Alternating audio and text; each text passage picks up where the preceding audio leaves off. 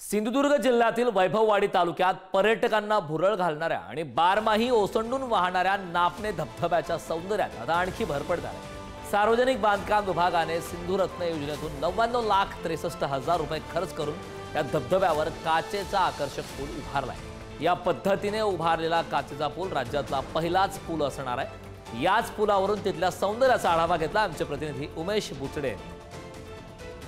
देशातील पहिला पर्यटन जिल्हा म्हणून सिंधुदुर्ग जिल्हा हा 1995 साली घोषित करण्यात आला होता आणि त्यानंतर खऱ्या अर्थाने सिंधुदुर्ग जिल्ह्यातील हिरव्यागार निसर्ग सौंदर्यामध्ये सानिध्यात ज्या पर्यटन स्थळ आहेत त्यांना चालना मिळेल। तसंच एक हे स्थळ आहे सिंधुदुर्ग जिल्ह्यातील वैभववाडी तालुक्यामध्ये आहोत आणि वैभववाडी तालुक्यातील नापणे धबधब्यामध्ये एक ह्या जो ब्रिज आहे तो उभारण्यात आलेला आहे। या ब्रिजची जी लांबी आहे ती 20 मीटर आहे आणि काचेचा ब्रिज उभारण्यात आलेला आहे। महाराष्ट्रातील बहुधा पहिला हा ब्रिज आहे जो काचेचा ब्रिज इथे उभारण्यात आलेला आहे आणि याची जी रुंदी आहे ती 2 मीटर आहे।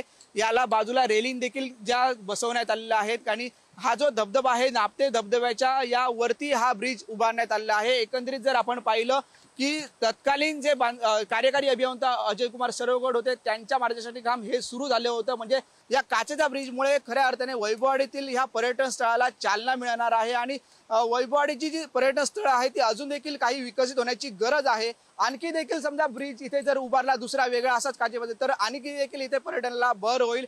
पण सध्या तरी हा ब्रिज उभारल्यामुळे खूप चांगल्या पद्धतीचं इथे निसर्ग सौंदर्य सर्व ज्या इथे येणाऱ्या पर्यटकांना पाहायला मिळत आहे। कॅमेरामॅन अमेश सुर्वेसह उमेश बुचडे, पुढारी न्यूज, सिंधुदुर्ग।